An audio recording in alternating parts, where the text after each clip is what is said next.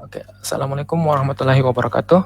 Perkenalkan, kami dari kelompok 1, dan di sini kami akan membawakan tugas pemrograman web untuk framework Angular. Nah, di sini yang akan kami bahas yaitu tentang apa itu Angular, arsitektur Angular, project file structure, kelebihan dan kekurangan, dan bagaimana cara melakukan setup Angular.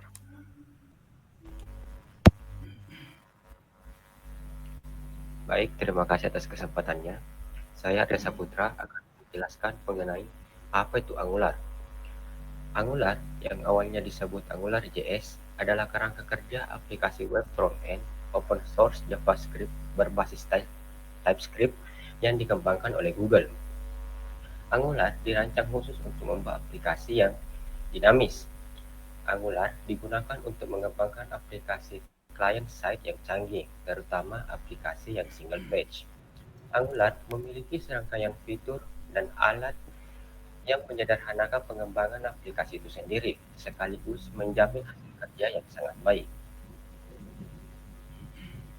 Baik, saya akan menjelaskan mengenai arsitektur dari Angular. Yang pertama adalah modul. Angular memiliki sistem modularitas yang disebut dengan ng modules.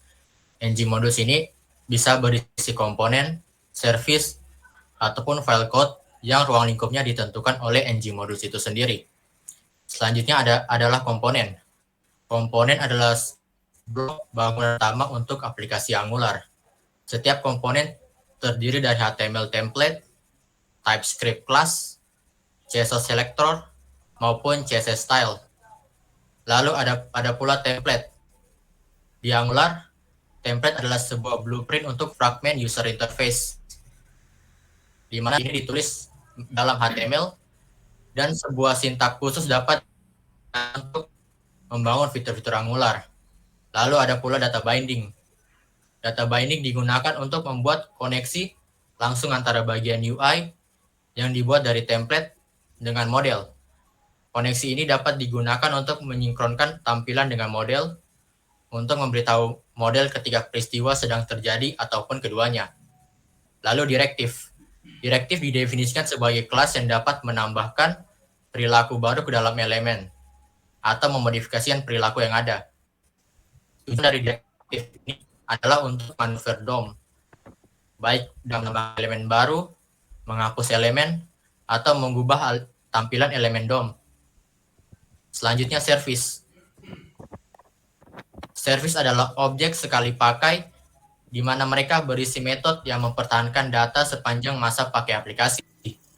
Tujuan dari service adalah untuk mengatur dan berbagi bisnis logik, data, function dengan berbagai komponen aplikasi Angular. Service biasanya diimplementasikan melalui dependency injection.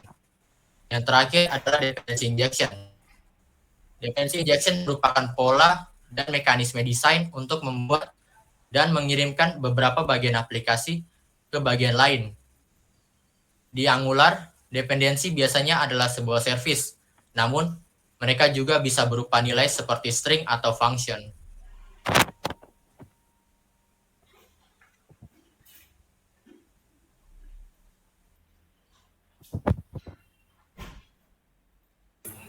Nah, untuk file strukturnya sendiri itu ada yang dibilang dekorator. Nah, dekorator ini adalah fitur TypeScript yang juga dapat diimplementasikan sebagai fungsi. Nah, nama dekorator juga dimulai dengan simbol add dan diikuti tanda kurung dan diikuti juga dengan argumennya. Dekorator juga menyediakan metadata untuk kelas, properti, nilai, dan metode atau dan lain-lain. Dan dekorator juga dipanggil frontend. Nah, di sini juga ada berbentuk class, yaitu kelas adalah tempat meletakkan logika apapun yang dibutuhkan komponen. Kode ini dapat juga menciptakan fungsi, event listener, properti, dan referensi ke services. Kelas dalam file dengan nama seperti fitur komponen TS, di mana fitur adalah nama komponennya. Selanjutnya yaitu file structure untuk HTML template. Template HTML ini merupakan kode HTML yang ditambahkan dengan sintaks Angular untuk berkomunikasi dengan komponen. Ada dua cara untuk membuatnya, menggunakan inline template dan juga link template. Selanjutnya itu mengenai style. Sebuah komponen ini dapat mewarisi gaya global dari file style.css aplikasi dan menambah atau menyimpannya dengan gayanya sendiri. Anda dapat menulis gaya khusus komponen secara langsung di dekorator add component atau menentukan jalur ke file CSS. Biasanya komponen ini menggunakan gaya dalam file terpisah menggunakan properti style URLs. Seperti pada contoh berikut ini. Baik, saya akan menjelaskan mengenai kelebihan dan kekurangan dari Angular. Yang pertama yaitu implementasi arsitektur MVC atau Model View Controller. Arsitektur MVC ini membantu menyusun dan mengatur kode dengan cara yang lebih efisien, yang memudahkan pemeliharaan atau maintenance dan perluasan aplikasi. Kemudian arsitektur desain yang disempurnakan. Arsitektur Angular dibangun sedemikian rupa sehingga membantu programmer untuk mengembangkan kode dengan mudah. Kemudian modul. Ada banyak cara untuk menambahkan elemen yang berbeda ke sebuah modul. Angular memecahkan masalah eksploitasi fungsi dengan membatasi ruang lingkup semua fungsi ke modul. Kemudian service dan dependency injection. Service atau layanan terkadang membutuhkan layanan lain untuk menyelesaikan sebuah tugas. Pola dependency injection di sini digunakan untuk memenuhi ketergantungan ini. Ia dapat membagi tugas di antara layanan yang berbeda. Kemudian custom directives. Custom directives meningkatkan fungsionalitas HTML dan cocok untuk aplikasi sisi klien yang dinamis. Untuk kekurangannya, yang pertama yaitu opsi SEO yang terbatas. Kelemahan utama menggunakan Angular adalah opsi SEO yang terbatas dan aksesibilitas yang buruk pada mesin pencarian. Kemudian dokumentasi CLI kurang detail. Meskipun command line sangat berguna untuk developer Angular, untuk menemukan informasi yang cukup dalam dokumentasi resmi mereka itu cukup sulit. Dan yang terakhir, keluhan yang sering terdengar dari developer Angular yaitu bahwa Angular terlalu bertele-tele dan kompleks. Baik, selanjutnya adalah bagaimana cara melakukan setup dan menjalankan project Angular. Nah, di sini sebelum kita menginstal Angular, itu kita diharapkan untuk menginstal Node.js dan juga TypeScript terlebih dahulu sebelum melakukan instalasi Angular. Nah, untuk instalasi Angularnya sendiri, itu kita menggunakan command line dengan komen yaitu npm install -g add angular/cli, di mana -g di sini adalah global. Artinya, package tersebut akan diinstal secara global di laptop Anda atau di device Anda. Selanjutnya yang itu untuk membuat sebuah new project untuk Angular itu dengan menggunakan komen ng new to do -- routing equals false -- style css. Nah, di sini -- style ini adalah untuk mendefine style yang akan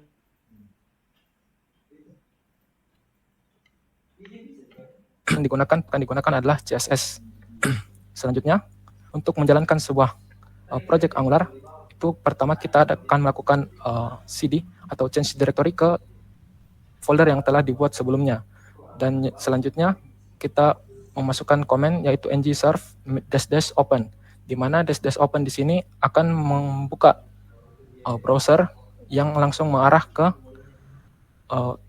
localhost dengan port 4200. Nah, selanjutnya rekan saya akan mempresentasikan tentang project yang kami buat dengan menggunakan Angular. Assalamualaikum warahmatullahi wabarakatuh. Saya Abdul Solikin. Saya akan menjelaskan tentang project yang kami kerjakan. Baik, di sini adalah website data. Nah, apa itu website data? Adalah daftar aktivitas. Nah, jika teman-teman memiliki aktivitas, bisa langsung menambahkan di dalam input formnya ini. Misalkan seperti makan pada pukul 20.00. Jika kita tambahkan, dia akan otomatis terdaftar di dalam item.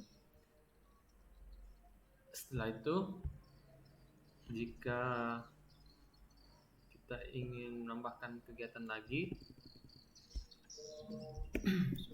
kegiatan yang berbeda seperti belajar bawah 1 bisa. Nah, jika ingin menghapusnya bisa juga seperti ini. Contoh. Seperti itu. Untuk source code-nya sendiri, yaitu di sini seperti yang telah dijelaskan sebelumnya oleh teman saya bahwa Angular itu menggunakan model MVC yang dimana jika kita ingin memanggil satu data ini, itu akan disatukan di dalam satu routingan komponen yang dimana itu terkumpul pada app komponen HTML itu sendiri. Nah, untuk modulnya itu telah dideklarasikan pada appmodule.ts. Nah, seperti yang ada di layar.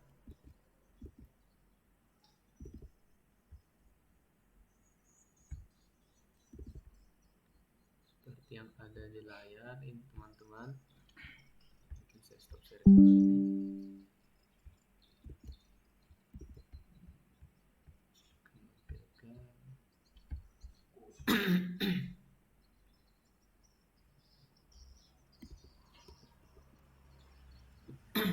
Nah, seperti ini. Jika sudah dideklarasikan app komponen, to-do komponen, to-do item komponen, header komponen, dan add to-do komponen. Nah, itu akan dipanggil pada routingan app routing module, yang dimana ketika kita mengetik di browser HTTP localhost 4200, itu yang akan muncul adalah tampilan dari website ini. Nah, mungkin itu saja penjelasan dari saya. Sekian, terima kasih. Assalamualaikum warahmatullahi wabarakatuh. Assalamualaikum warahmatullahi wabarakatuh. Jadi sebelumnya sudah dijelaskan mengenai gambaran umum dari proyek kami yang telah dijelaskan oleh saudara Malik. Jadi mungkin di sini saya akan menjelaskan secara singkat terkait source code dari proyek kami, terkhusus untuk komponen yang kami buat.